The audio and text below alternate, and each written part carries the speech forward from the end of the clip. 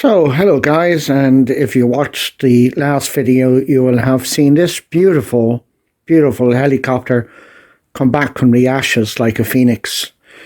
And people have said to me, Eamon, that is super, super steady. It really was. I've never seen anything like it. No matter even if I had the full four-blade system on it. The four-blade system had a bit of a shutter when she was flying. I now think that it was probably the rotor tail coming loose bit by bit. So what did I do to this helicopter that it flew like it did in the last video? First off, new blades. Secondly, I took out what was a fairly new main shaft, and I put in a brand new main shaft. At the end of that is a main cog, big black cog wheel. Underneath that, you will see where the fixing screw is. And what I did was I used a bit of Loctite on that. Just a tiny bit. What I found is over a period of time that actually comes loose. I put a new back servo in. Okay, the one at the very back here. I calibrated the helicopter. I also used a little bit of Loctite on these three main screws here on the rotor tail, which came out on me in one of my videos in one of the flights, that the whole tail system and the rotor fell off. I also put in a new rotor, a new motor for the rotor. And I did that as well. There was a bit of patching up to do on the main canopy. There was a split down here, but you know, you wouldn't really notice it unless you're up close to the helicopter. One of the biggest things I did, which I don't know whether it had any bearing on why the helicopter flew last night so well, was if I just go into this here, sorry, hold on, and I shall put the gentleman's name up. And if you look here, it says GPS. She's in GPS there now. We'll go to the first one, and it says home, right, as in home here. Flick it to GPS. It says GPS here. Flick it down, and I have it written in as ATTI. Some people do that. Some people just put ATT. And what that is, it's not 3D. It's a kind of half manual mode. So it's not 3D mode, but it gives the helicopter a little bit of stabilization, like a 6-axle gyro. So I'll put his name up here. That told me about this, and you can find his video on his channel. I think it's called Setup for the Bell. Is it the 206? Maybe I'm wrong. But he's an absolute champ. He really helped me out. Oh yeah, the other thing I had to do was put in a new bearing. One of the bearings had split. Would you believe it?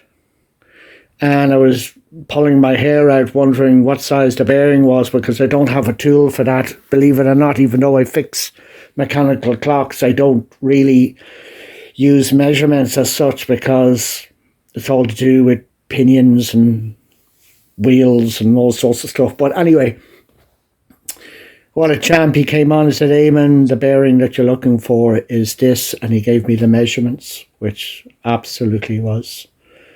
He's amazing, he really is. He's South African, and if you're looking in, thank you very much, my friend, for all your help. So whether that ATT, I had it in GPS, but whether that ATT change in the radio had made a difference last night to that, I don't know. I don't know, guys. I don't think it did, because I was in GPS, but the helicopter was like that, just sitting there. going, what do you want me to do next? Since it came out of the box, it was kind of, moving around and all this type of stuff. And, and the other thing I noticed is that when I had the model, all those, let me see now. When I had the model, guys, and it was flying, it was always slightly to the, I think it's the left. I was always correcting it with the sticks to try and get it to straighten up. Now it's as straight as a bullet. I just can't believe it. It's a completely different machine. What I got out of the box. It's 2 blades. I mean, the 4 blades, I thought, yay, we've got it, we fixed it. No more death wobble. The way to go like this. No more death wobble. And that kind of cured it all right. My flight time was brought down quite a bit with the 4 blades. I think I was only getting, what was I getting? 10 minutes. Now I have the 2 blades. Oh, by the way, it's in sports mode. So you have 3 choices at the very top of the app, which you have to use a computer for. Sorry, just put this off. You have 3 choices up the very top of the app, and it has kind of like, standard. It has a slow mode. I don't know anyone that would use that, but the helicopter comes in this kind of like middle mode, and then next to that is sports mode. So some people were asking me, they were saying, Eamon, those blades are turning very quick. Yeah, they would, because they're in sports mode. So, yeah, there you go. Oh, I didn't know what to expect, really. I mean, I shot her up last night and I said, if she gets up, she'll probably be doing this or shaking or something. And I thought that was normal, Real helicopters shake, by the way, but they have a vibration going through them because of the main rotor blades. And then you have the tail rotor. But the main rotor puts a lot of vibration through a real helicopter. And I thought, well, that's normal, a model is just like a real helicopter. It's going to go. Last night, this was just like that. I couldn't believe it. I was just there. What is going on? If you haven't seen the video, have a look at it. So that's what I did. So I hope that answers the questions. Again, people sometimes ask me about strobe lights. So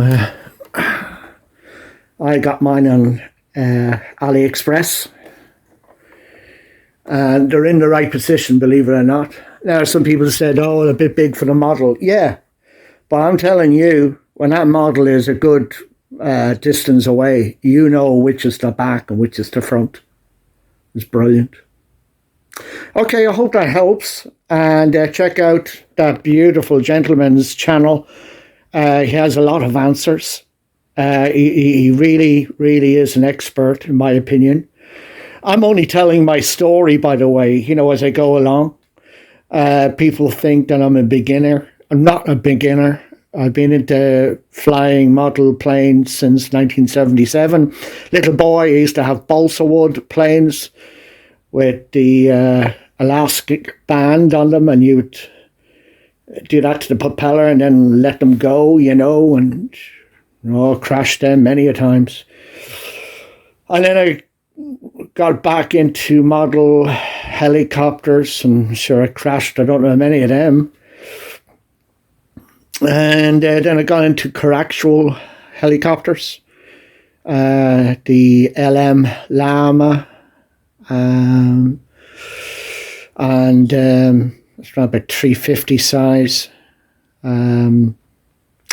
Hard nut to fly, with just lose altitude each time you pushed it forward, A lot of people made mistakes with that. Then I got into drones for years and years and years and years. I used to run the Rolex drone channel. I closed it down because I was just getting abuse off people. Oh, you shouldn't fly your drone out to sea and all this type of stuff. But now I have this channel. I noticed 22,000 has been on it. I wish 22,000 people would subscribe. It'd be nice to see it, wouldn't it? And thank you for all of you that subscribe and support the channel. It's not monetized. I really and truly, I can't see it being monetized because YouTube pay peanuts. Absolutely peanuts if you monetize it.